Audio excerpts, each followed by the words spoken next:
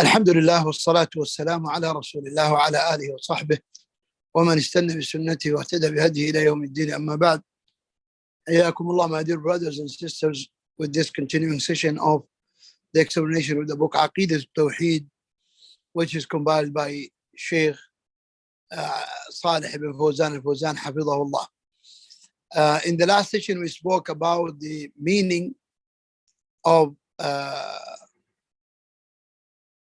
meaning and pillars of La ilaha illallah, or the meaning of we spoke about briefly about La ilaha illallah, the meaning of it and the pillars of it, or the meaning of it and the meaning of Shahadat anna Muhammad Rasulullah.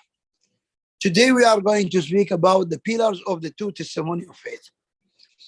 The first is La ilaha illallah, and it has two pillars, negation and affirmation. So the negation is when you say La ilaha, and by that you deny all false godhoods, and you deny the association in all of its forms, and you believe that the one and you believe that it is kufr to worship other than Allah. The second pillar of La ilaha illallah is the affirmation, and that is when you say illallah. You affirm that no one deserves to be worshipped but Allah. You affirm his right in being worshipped, and no one else has this right. And you believe that it obligates on you to act upon the meaning of La ilaha illallah. This or these two pillars were included in the ayah number 256 of Surah Al-Baqarah, where Allah Ta'ala said, فَمَنْ يَكْفُرْ بِالطَّاغُوتِ وَيُؤْمِنْ بِاللَّهِ فَقَدْ اسْتَمْسَكَ بِالْعُرْوَةِ الْوُثْقَى. So the saying of Allah, يَكْفُرْ بِالطَّاغُوتِ, that is the first pillar, meaning to say La ilaha. وَيُؤْمِنْ بِاللَّهِ, that is second pillar, which is to say illallah. And likewise, in ayah number 26 and 27 of Surah Al-Zukhruf, where Allah, Ibrahim alayhi salam said, إِنَّنِي بَرَاءٌ مِمَّا تَعْبُدُونَ إِلَّا الَّذِي فَطَرَنِ. When he said إِنَّنِي بَرَاءٌ, it means negating, freeing himself from all those which deities which are worshipped. And that is the first pillar of La ilaha illallah, negating the godhood from everyone. And then when he said إِلَّا الَّذِي فَطَرَنِي, it equals illallah, and it means the affirmation. That is the second pillar, affirming that worship is only to Allah the Almighty. So that is what related to the pillars of La ilaha illallah. The pillars of that Muhammad Rasulullah are also two, and it is when you say Abduhu wa Rasuluhu.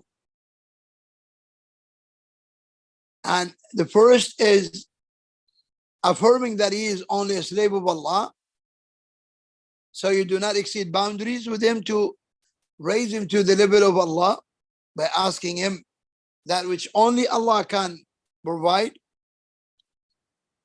And the second is when you say Rasuluhu, and by that you confirm his right by being the most perfect creation in worshipping Allah the Almighty, and that he has to be obeyed and followed.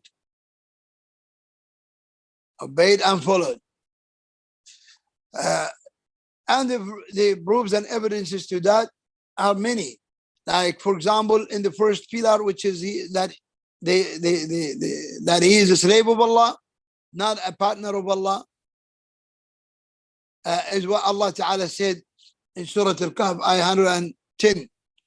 قُلْ إِنَّمَا أَنَا بَشَرٌ مِثْلُكُمْ يُوحَى إِلَيْهِ. This includes the two pillars. Say, indeed, I'm only a man like you, who is revealed to. Look at that. So this includes the two pillars. I'm a man like you, meaning I was born like you, I eat like you, I go for private business like you, I get sick like you, I get hungry like you, I die like you, I eat like you, I breathe like you. You know, he's human, but he is above other humans in level of worship, because he's the best and most perfect one in his worship. As Allah Ta'ala said, yuha ilay, it is revealed to me. And Allah would not reveal to one who is not qualified, who's not worshipping Allah alone and singling out Allah in his worship. All prophets are the best, and the best of them is Prophet Muhammad sallallahu alaihi wasallam. And all prophets are selected by Allah according to their slavehood to Allah the Almighty, as they were the best. No one come close to them in that. And he is a slave of Allah. He's human and he's a slave of Allah, not a partner with Allah, as Allah subhanahu wa ta'ala mentioned his slavehood in many ayat, like in Surah Al-Zumar 26, ayah 26. Allah ta'ala said, أَلَيْسَ اللَّهُ بِكَافٍ عَبْدَهُ. Isn't Allah sufficient for his slave to protect him, to provide him, to guide him? And as in Surah Al-Kahf, ayah 1, Allah Ta'ala said, Alhamdulillah alladhi anzala ala abdihi al-kitab. All praise due to Allah, the one who descends upon his slave the book, the Quran. So he called him slave. And in Surah Al-Furqan, the first ayah, تبارك الذي نزل على عبده الفرقان ليكون للعالمين نذيرا. تبارك الذي نزل الفرقان على عبده ليكون للعالمين نذيرا. Glory be he, the one who descended the Furqan, meaning the Quran, upon his slave, so that he become a warner to his people, or to whole universes. So Allah again called him slave of Allah. In Surah Al-Isra, ayah 1, سبحان الذي أسرى بعبده ليلا من المسجد الحرام إلى المسجد الأقصى. Glory be he, the one who has taken his slave in the journey of ascendance to the land of Masjid al-Aqsa, from al-Masjid al-Haram, in the night time. And here Allah Ta'ala also said, وَأَنَّهُ لَمَّا قَامَ عَبْدُ اللَّهِ يَدْعُوهُ, as in Surah Al-Jinn, as in Surah Nuh, Al-Jinn or Nuh.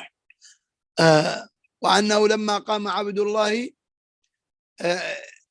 يدعوه كادوا يكونون عليه لبدا. in Surah Al-Jinn, sorry. كادوا يكونون عليه لبدا. And also here Allah Ta'ala mentioned him as Abdullah, slave of Allah.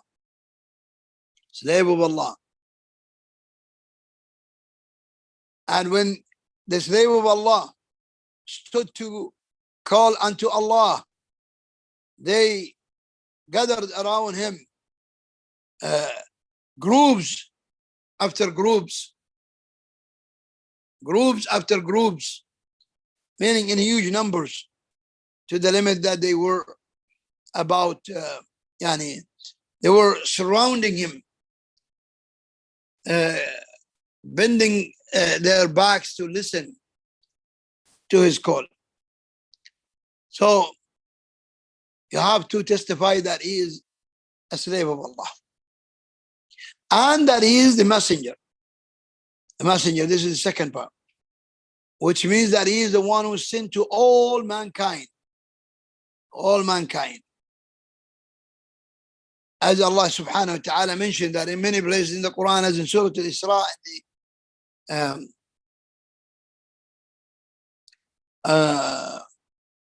نعم, in Surah Al-Isra, Allah ta'ala said, وَبِالْحَقِّ أَنزَلْنَاهُ وَبِالْحَقِّ نَزَلْ وَمَا أَرْسَلْنَاكَ إِلَّا مُبَشِّرًا وَنَذِيرًا.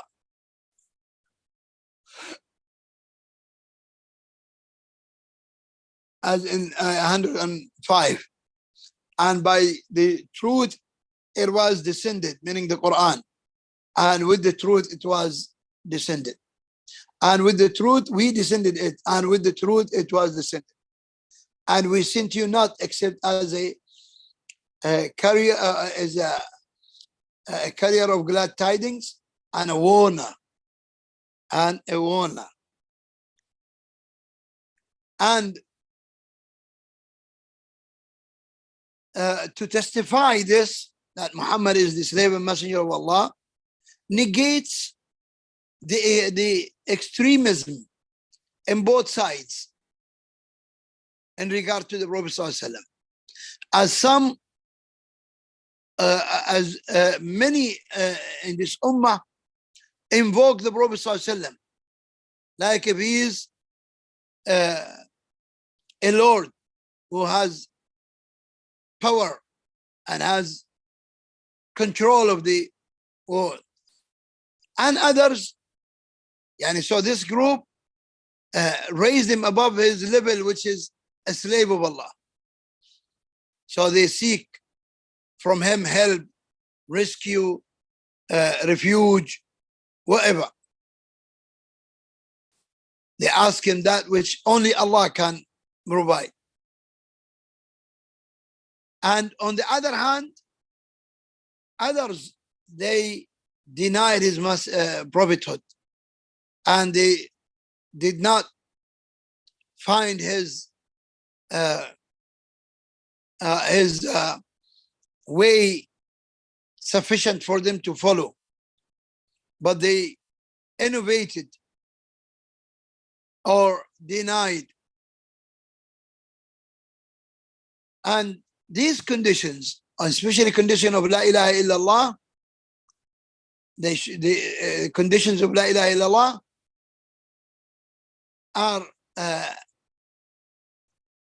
are 7, and some say 8. The first is knowledge about it, to know about it. You don't just say words without knowing what it means, what it necessitates, obligates, and what can nullify it.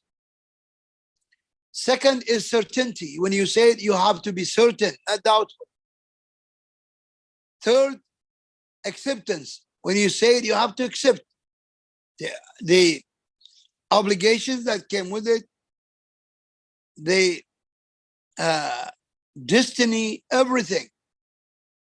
The fourth is submitting to it, which negates abandoning what it necessitates, such as praying 5 times a day, fasting Ramadan during daytime, performing Hajj once in one's life, etc., and all the other commands. Fifth is honesty. When saying La ilaha illallah, you have to be honest. He didn't say it to please people and that's it. La. And honesty here requires that you act upon La ilaha illallah, knowing the meaning and the obligations of it and fulfilling them. Sixth is sincerity. When you say it, you have to be sincere. You have to be sincere, no showing off. Seventh is love of La ilaha illallah, which negates hating any others. Hating Allah or his messengers or angels or books or obligations, or hating things being forbidden. Why it is forbidden? Because some people may love things which are forbidden, and they hate why it is forbidden. They hate forbidding it. That contradicts with la ilaha illallah. And the proofs and evidences for that are many, but maybe inshallah we do more of that in the future, if Allah permits us. Also, the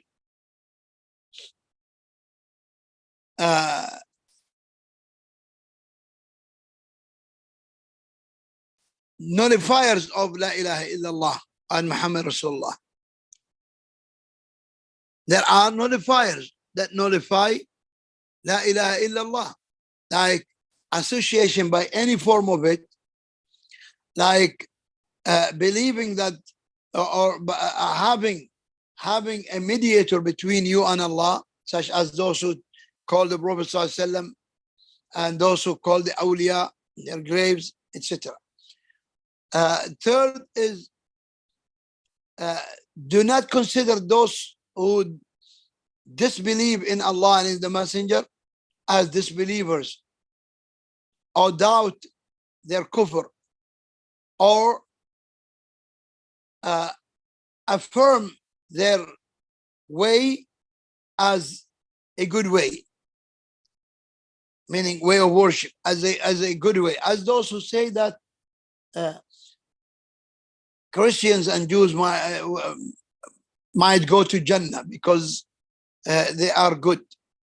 That is kufr, because Allah called them kuffar in the Quran. Anyone who does not worship Allah alone is kafir. And after the Prophet ﷺ, Prophet Muhammad ﷺ was sent, anyone who does not follow Muhammad ﷺ, whether he is Christian or Jew, is kafir, as in the hadith, authentic hadith. And the fourth is believing that the way of other than the Prophet ﷺ could be better than his way, or his ruling or judgment is better than the judgment of the Prophet ﷺ. That is kufr. The fifth is hating any of that which the Prophet ﷺ came with, then of the worships. Then he is kafir, even if he is performing that thing that he denied or hate, that he hate, not denied, but that he hate.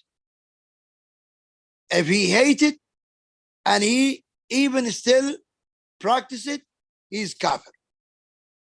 Why? Because he hated. The sixth is mocking anything of the religion that the Prophet ﷺ came with, or the reward or punishment, and he is kafir. The seventh is magic, whether practicing it as a magician, or going to the magician and believing them, or feeling that it is okay for magic to be practiced. That is all kufr. The eighth is helping the kuffar against the Muslims with the hope that Islam disappears and the kufr goes, appears or goes on, but not helping them for anything of this world, helping them with the hope that the kufr overtakes Islam and defeat Islam and remove Islam from land. That is the thing that makes the person kafir. The ninth is believing that some of the people is exempted from the Sharia of Muhammad ﷺ, meaning that he is exempted from praying 5 times a day. He's exempted from all obligations. Why? Because he has reached a level that he does not need to worship. That is kufr too, because the Prophet ﷺ did not stop worshiping Allah until he died. And the 10th of these nullifiers is abandoning the religion of Allah, not learning it, not acting upon it. So these are the nullifiers of La ilaha illallah. May Allah Ta'ala protect us from them all and keep us upon that which He, Allah the Almighty,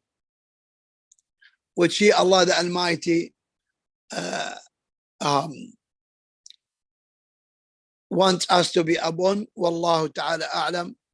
Wa sallallahu wa sallam wa barak ala nabiyyina Muhammad wa ala alihi wa sahbihi. Assalamu alaikum wa rahmatullahi.